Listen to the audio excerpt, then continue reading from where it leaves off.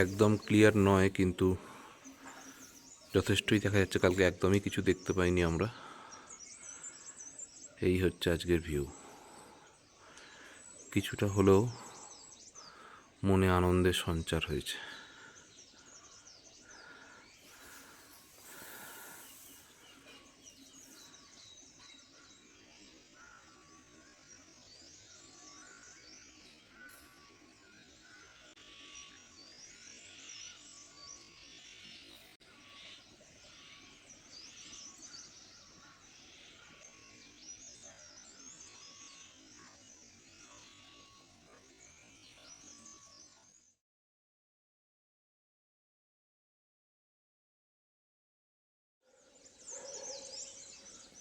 সকাল 6টায় কেমন আলো। এই হচ্ছে ঘান্দ্রুক গ্রাম, যেখানে রয়েছি আমরা।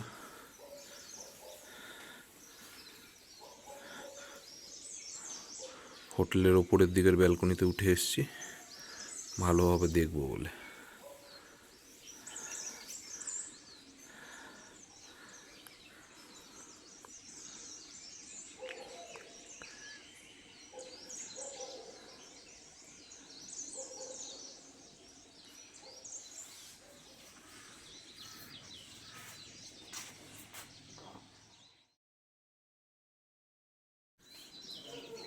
বেলা বাড়ছে, আস্তে আস্তে সূর্যের দেখা মিলছে, কিন্তু সেইভাবে আকাশে কিন্তু আবার মেঘও চলে এলো। সকালে যেভাবে এইখানে এই যে পিকগুলো সব দেখেছিলাম, এইরকম জায়গাটা করে ফিস্টেল আছে, তো এখন আর কোনোটাই দেখতে পাওয়া যাচ্ছে না।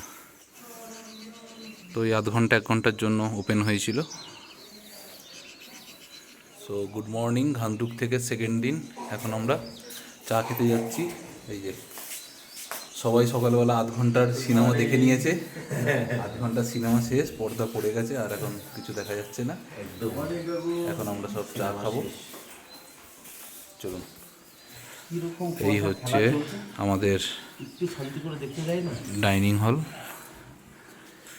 কালকে আমরা এখানেই খাওয়া দাওয়া করেছি। আবার ফেরার সময় একদিন আমরা ঘান্দ্রুকে থাকবো। ওইখানটা হচ্ছে যে কিচেন সার্ভিস সেন্টার, ওইখানটা। আর এটা হচ্ছে সিটিং অ্যারেঞ্জমেন্ট, কি সুন্দর ডেকোরেশন করা।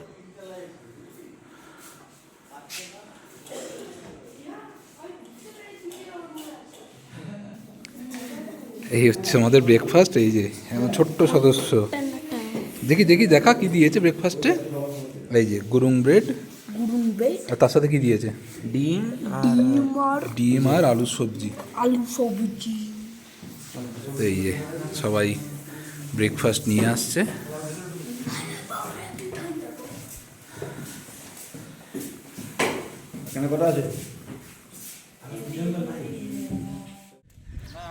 আমরা সকলে রেডি, সকাল 9টা বাজে। এই হচ্ছে আমাদের স্টে ছিল কালকে, আবার ফেরার সময় থাকবো। তো ঘান্দ্রুক থেকে বেরোচ্ছি। আজকে ওয়েদার অনেকটাই ভালো, সকাল থেকে রোদ রয়েছে। সো বেরোনোর আগে সবাই একটু সবার সাথে যোগাযোগ করে নিচ্ছে, সাথে আবার একটু ক্লিয়ার হয়েছে, মাঝখানে মেঘ এসে গেছিলো। তো এটা দেখে এবার আমরা আস্তে আস্তে বেরোবো এখান থেকে।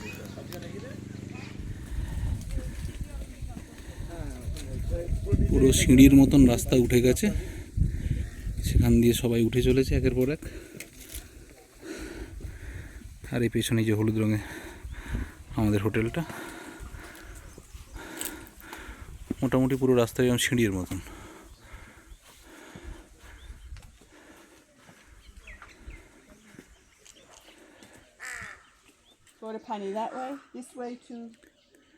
ঘান্দ্রুক, তো এই ঘান্দ্রুক থেকে রাস্তা উঠে আসছে, এসে এইখানটা ঘোরে পানি, এখান থেকে রাস্তাটা ভাগ হয়ে গেল। এটা চলে যাচ্ছে অন্নপূর্ণা বেস ক্যাম্প, আর আমরা চলে যাচ্ছি এই রাস্তায়। দেখুন সবাই কোথায় পৌঁছে গেছে।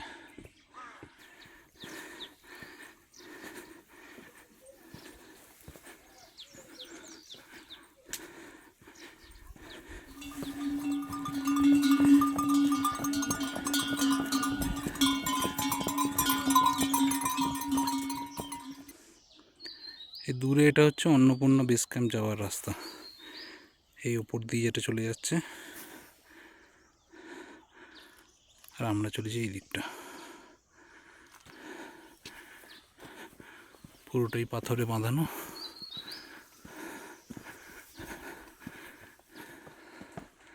আমাদের গ্রুপ লিডার প্রদীপ দা আর পুরো গ্রুপটাই যে এগিয়ে যাচ্ছে সামনের দিকে। এখানটা একদমই রোদ্দুর নেই, গাছের ছায়া, ঠান্ডা ঠান্ডা।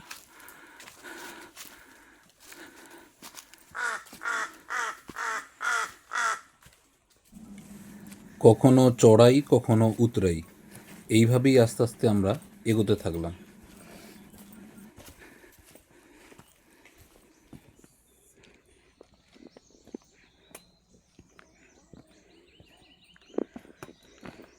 Good morning, namaste.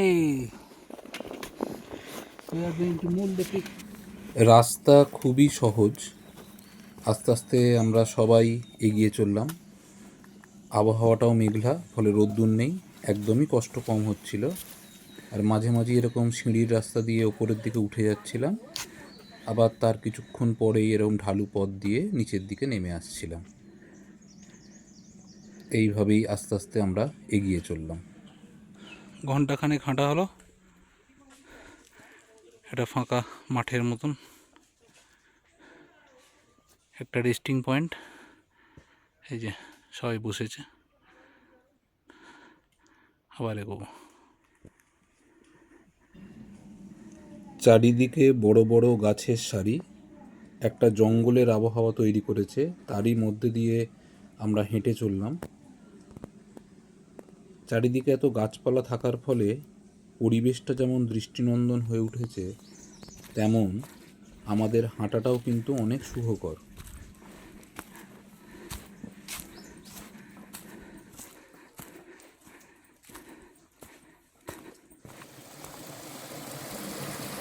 রাস্তার মধ্যে পড়ল একটি ঝোড়া, খুব ক্ষীণকায় জল। এখন বসন্তকাল, বর্ষা বা অন্য সময় হয়তো জলস্তর বৃদ্ধি পায়। সেটা পার করে আবার আমাদের ওঠা শুরু হবে। এইটা হচ্ছে আমাদের ট্রেল, এই রাস্তা দিয়ে এলাম, এসে যেখানটা ক্রস করে আবার এই ধাপ ধাপ কাটা আছে দিয়ে দিকে। মাঝে মাঝেই মানুষের সৃষ্ট এই সিঁড়ির পথ ধরে উঠতে ভালোই লাগে। অনায়াসে অল্প সময় অনেকটা উচ্চতা বৃদ্ধি পায়, কিন্তু এই পথ আমাদের হাঁটুর এবং পায়ের পেশি শক্তির পরীক্ষা নিতে থাকে। আস্তে আস্তে এগোতে এগোতে মাঝপথে পড়ল একটি বিশ্রাম নেওয়ার জায়গা। এখানে চাইলে কিছু খাওয়া দাওয়াও করে নেওয়া যেতে পারে।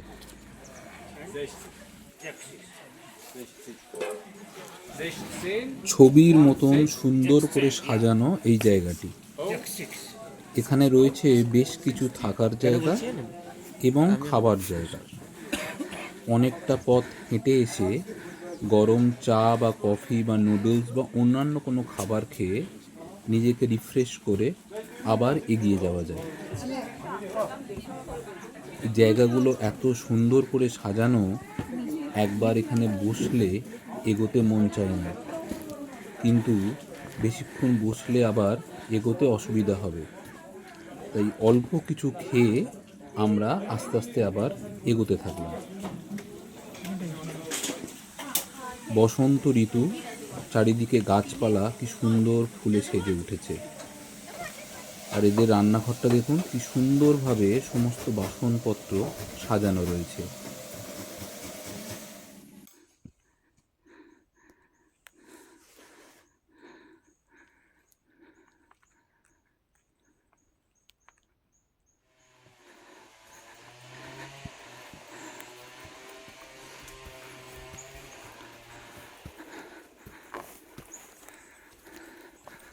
অনেকক্ষণ বাদে একটু ইজি ট্রেন পাওয়া গেছে।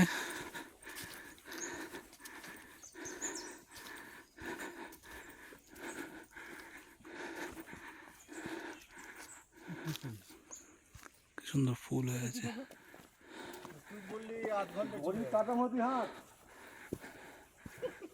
এই যেটা যাচ্ছে তাঁতপাড়ি নাম।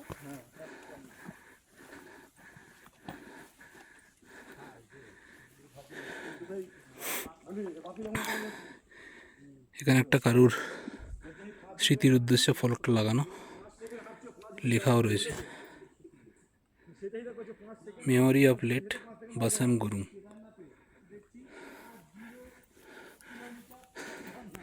পুরো ফরেস্টের মধ্যে দিয়ে এলাম, এখানটা একটু ফাঁকা জায়গা। আবার এই যে খুব শক্ত কিছু না, আস্তে আস্তে দম নিতে নিতে যাওয়া, গল্প করতে করতে যাওয়া, কোনো তাড়াহুড়ো নেই। এই গাছের পাতাগুলো কীরকম অরেঞ্জ কালারের, এই যে নিচে পড়েও আছে।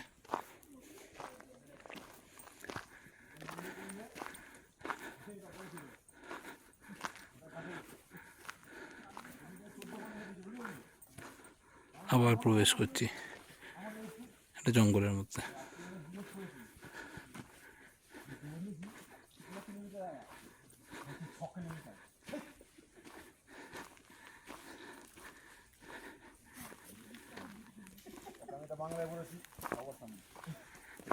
ও ব্যাপারটা ঠিক আছে, ও কাউকে জিজ্ঞেস করেছে, ঠিক আছে, জিজ্ঞেস করে বলেছে যে আমি এই কথা বলেছি।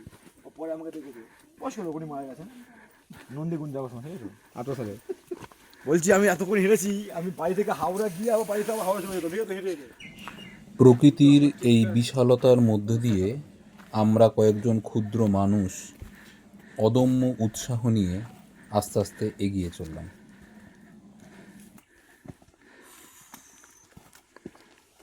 ঠান্ডা থাকা কখন হচ্ছে ডব খেয়ে যাবি, ঠিক আছে, কোনটা না দেখে ঠান্ডা থাকা কখন ডব খেয়ে যাবি বুঝতে পারবি না গো, আবার কি আমাকে লুকতে হবে।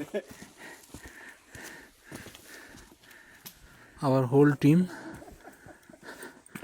এগিয়ে চলেছে, পুরো টিম।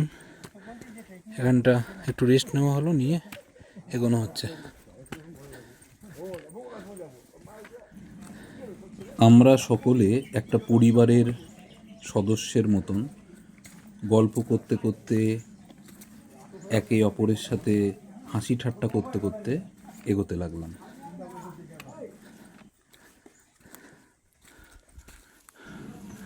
বেলা 1:15 নাগাদ আমরা শেষমেশ এসে পৌঁছলাম টাডাপানিতে। আবহাওয়া সকালের থেকে আরও বেশি মেঘলা। এখন যেখানে আসলাম কি এইটা কালকে এইটা মেরে না, কালকে আমরা দেওয়াতে থাকবো। হ্যাঁ থাকবো ওখানে দেওয়াতোতে। দেওয়াতে থাকবো না? আচ্ছা তাহলে ঠিক আছে, দেওয়াতোতে আর একটু নিন, নাহলে পুরোটা আসবে না তো। ও রেকর্ডিং হচ্ছে, তাহলে ঠিক আছে।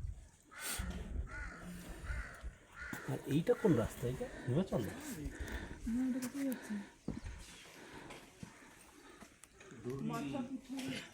হিমালয়া। ও মাথা পিছনে বেস ক্যাম্প যাচ্ছে যে, ও অন্নপূর্ণা বেস ক্যাম্প। একটা পর্যন্ত হাঁটলাম 4 ঘন্টা। আমরা এখন রয়েছি এই যে এইটা টাডাপানি থেকে কালকে আমরা মুভ করবো ডোবাটো। 3rd ডে ডোবাটো থেকে মুলডে ভিউ পয়েন্ট দেখে সোজা ফিরে যাবো ভান্দ্রুক।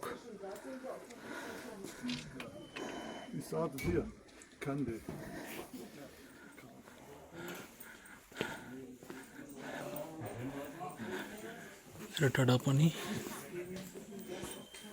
এই যে 2630 মিটার।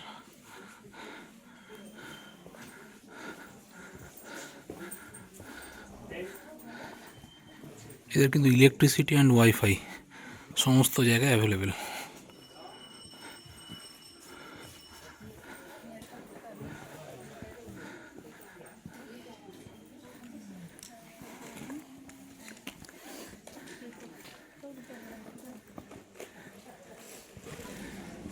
চারিদিকে বিভিন্ন বিকিকিনির সামগ্রীর পসরা দেখতে দেখতে এগিয়ে চললাম টাডাপানির মধ্যে দিয়ে।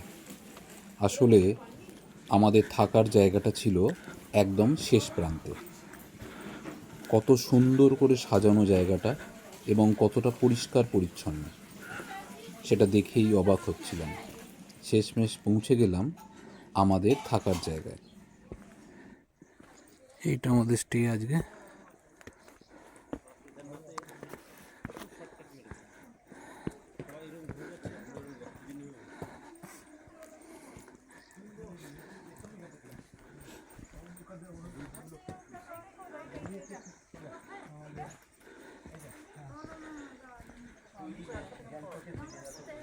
नमस्ते। Room number 5। वाह, डबल बेड, सिंगल बेड, 3 जन आराम से, मोटा गदी, मोटा कम्बल।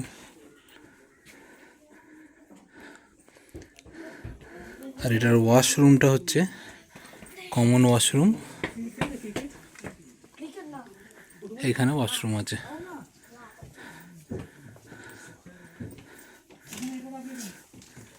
এগুলো ওয়াশরুম, এটা স্নান করার, এটা আবার গিজারও রয়েছে।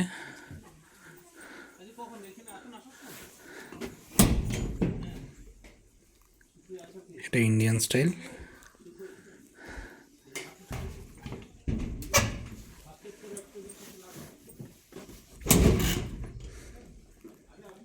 এটা ওয়েস্টার্ন।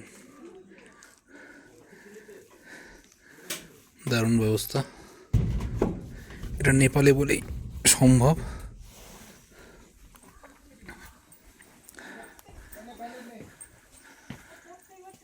কাঠের এরকম বারান্দা, উপরে ম্যাট দেওয়া। আর এই যে চারিদিকে একদম মেঘলা, ফগি ওয়েদার। এটা 3 জনের রুম। এই একটা রকম লাইট দেওয়া, আর ওই নিচে ওইখানে বিছানার কাছে একটা চার্জিং পয়েন্ট। যাই হোক, চার্জিং পয়েন্ট রয়েছে, ইলেকট্রিক রয়েছে, এটাই অনেক বড় ব্যাপার।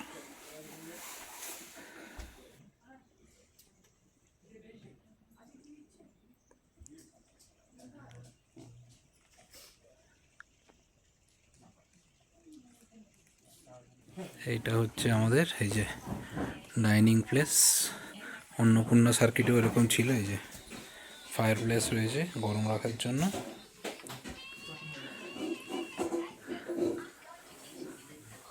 আর এই চারিদিকের ভিউ।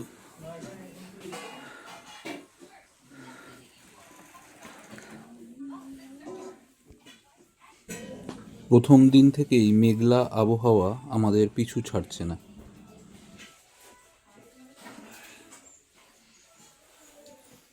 আমাদের এই দুপুরের লাঞ্চ দিয়ে দিয়েছে, খাওয়া দাওয়া চলছে।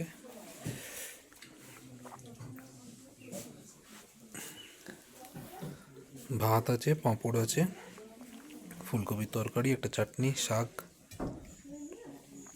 ডাল আর ডিমের তরকারি। দুর্দান্ত খাবার। আর বাইরে এরকম ওয়েদার।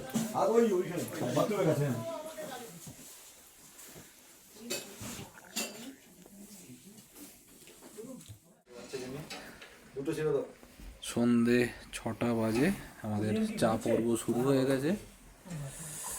দাদা সবার জন্য চাটা সার্ভ করে দিচ্ছেন। আর এই যে আমাদের বিস্কিট। আর এটা কে? এটা কে? আমাদের কে এটা?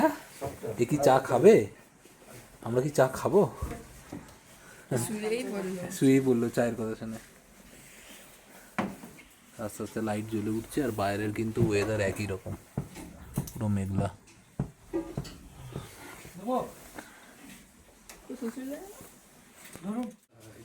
আমাদের ডিনার টাইম, রাত্রির 8টা বাজে।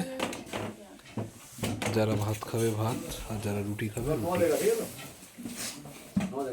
রুটি, সবজি, চিকেন, শাক, ডাল। ज्यादा चाहिए